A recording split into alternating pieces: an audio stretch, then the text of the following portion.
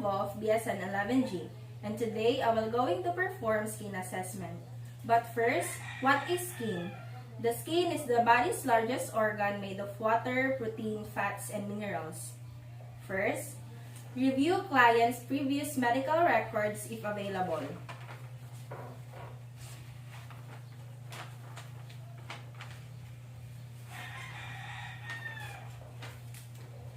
Next, determine the scope of assessment needed. Prepare necessary equipment such as alcohol, is hand hygiene disinfection, surgical gloves to protect the patient and nerves from cross-contamination, pick up forceps scissors and cotton balls, which are needed for addressing the covered wounds and ulceration, ruler to measure size and skin lesions, pen light for better visualization, light plaster and gauze pad used to cover and protect the wound after assessment, pen and notebook where I will document my subjective and objective data gathered. Next, perform hand hygiene to avoid infection and contamination.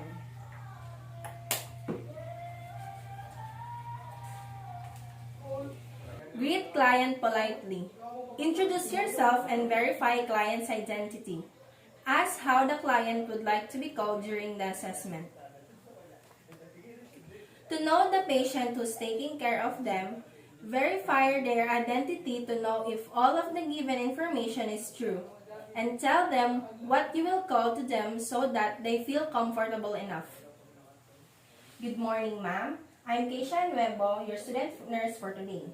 So before we begin, let me see your wristband. Okay. Please state your complete name, please. Catherine Rose Pagraman, Alright, your birthday. April 28, 2001. Okay. Thank you very much. And how would you like to call you? Please call me Kat. Explain the procedure to the client and how her client participate during the assessment. Instructed patient to wear examination gown if necessary.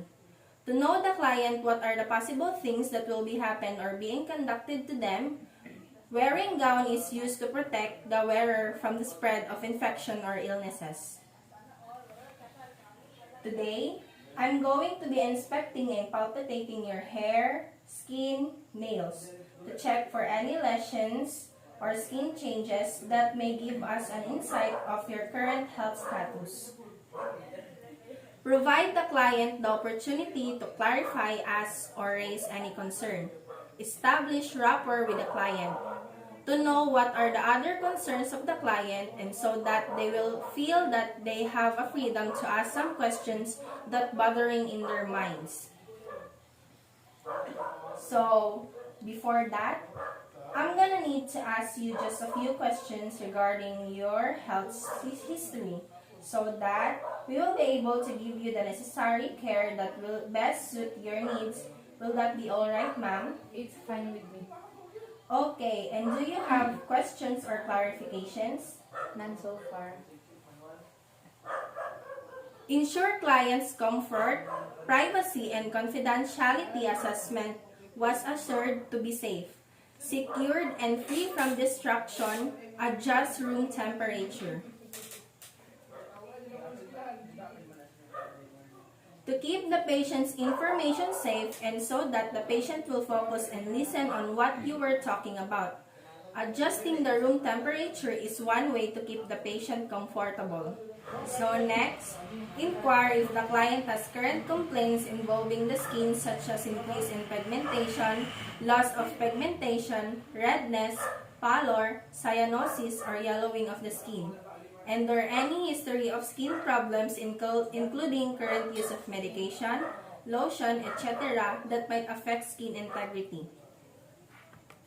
To know the client's current problem and what she feels about her problem. So ma'am, let's begin. So you are currently experiencing any skin problems like rashes, lesions, or you've noticed any skin changes? Yes, I have a wound on my right elbow and it's very disturbing. I can't straighten my hands because it's painful and quite itchy. Okay, when did you first notice it? I noticed it 1 week ago. Okay, so what do you think happened to that? How do you think did you get that? Well, last week my arms was collide at the raft wall at our bathroom and that time it is so itchy and I began to scratch it. Then after 2 days I noticed that it formed a small wound. Okay, and when you notice it that you have already wound, what did you do? Did you put any ointment or any medication? Yes, I put alcohol and betadine to clean the wound and make it dry. All right. So do you have any other health issues aside from that one? Do you have other skin diseases such as diabetes or respiratory problems?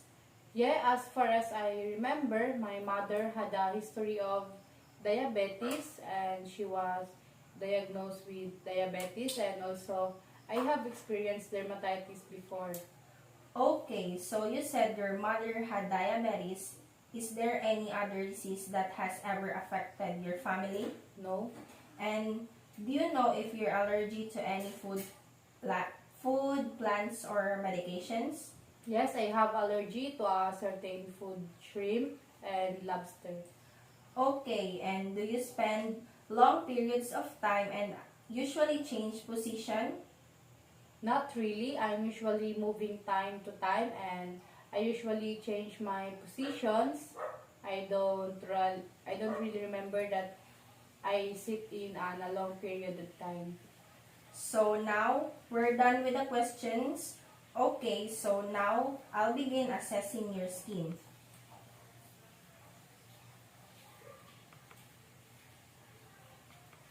So next, inspecting and palpitate the skin, noting its color, moisture, temperature, texture, mobility, and turgor, and lesions if any. Skin color can reflect a patient's overall health, and it is important part of assessing skin breakdown and wound healing. So I'll start from your head and all the way down to your toes just to check for other lesions aside from the one in your elbow that you've complained. So before proceeding in the skin assessment, as you can see, I am using gloves to avoid cross-contamination.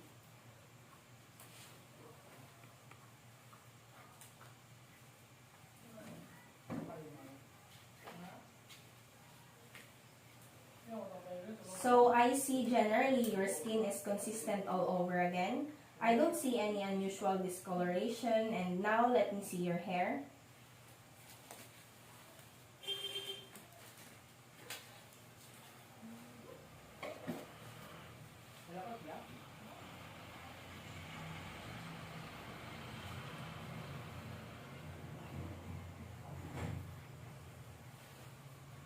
Okay, so basically I'm just looking at any scars or lesions which you don't have.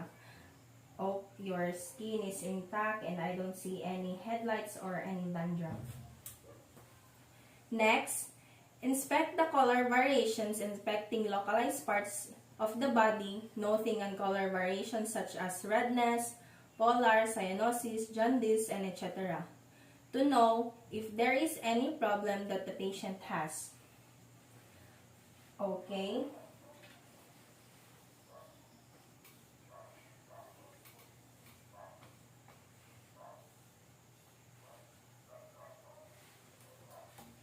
Okay, so your hair moisture is good and as well as your texture. Let's move on to your face.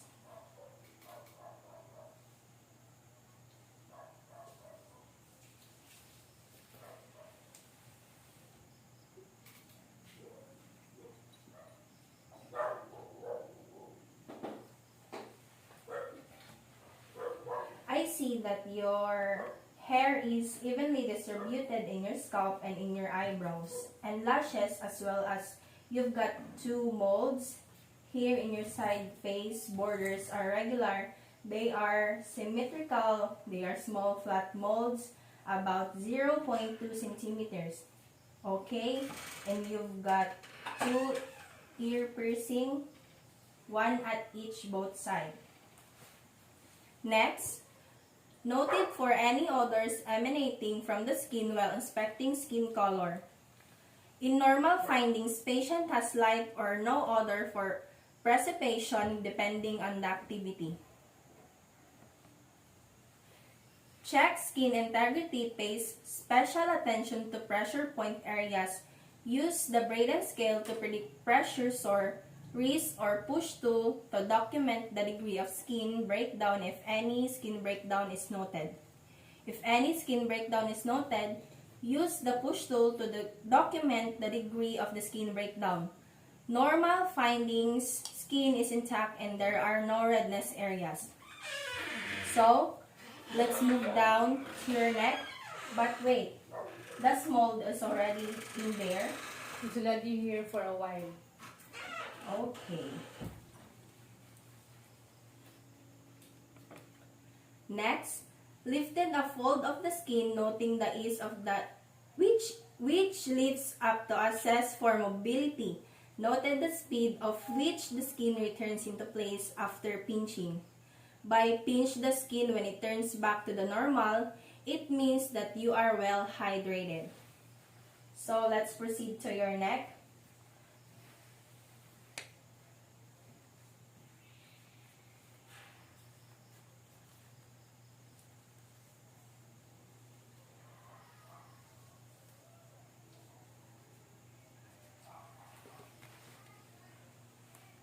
So, the neck is good. I don't see any discoloration. So, let's check your skin turgor.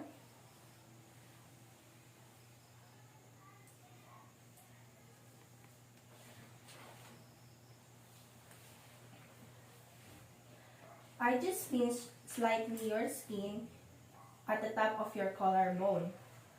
So, it is elastic because it just went back to its place when I pinch it. So, let's move to your back. Palpate skin to assess temperature. Use the dorsal surface of the hands to palpate skin. The temperature of the skin is also one of the signs that you've got some skin problems. When the skin is warm, then it means you don't have any skin temperature problems.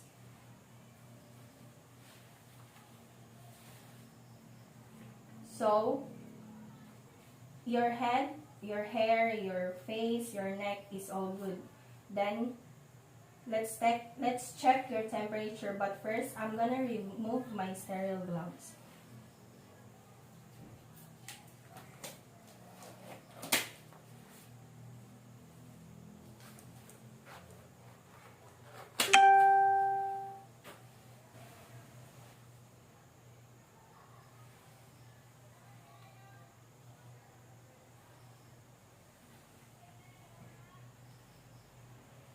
Okay, let's move to your back.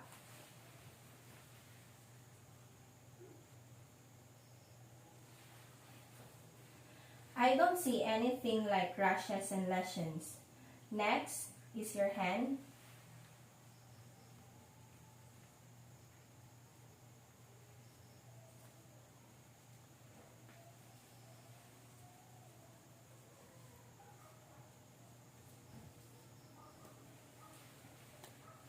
Okay, you feel warm and the moisture is good in your hand. It's a bit thicker. In nails, I don't see any clubbing or any normal signs in your nails. In your capillary refill is good. I can see the other hand okay as the same as the other hand. But now, in your elbow, I can see that there is a wound that you complained a while ago. Now, I'm going to inspect your lower return piece, so you can please lay down for me, ma'am. Okay, so now I'm going to inspect your upper extremities. Let me see your right arm and your left. So lastly, for the lesion and edema, use your thumb to press down the skin of your arm, ankles on the prevital area to the check for the edema.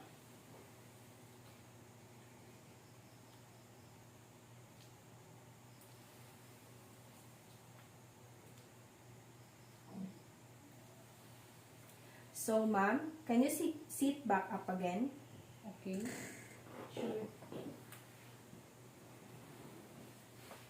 So, can I open the cover up to see your wound? Okay.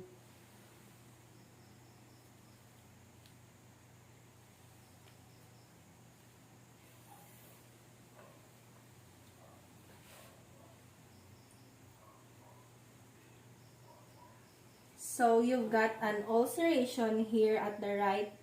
It is pinkish and reddish of color. There is a light oxidation too. Okay, let me measure it.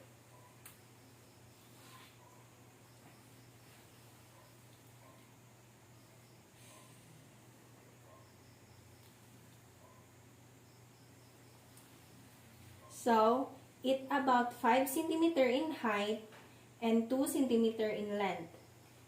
Okay, does it hurt when I try to put a force in it? Just a little bit only. So, alright. I'm gonna cover it up again and just a little advice to you that not to touch it with your bare hands so it would get infected, okay? Okay.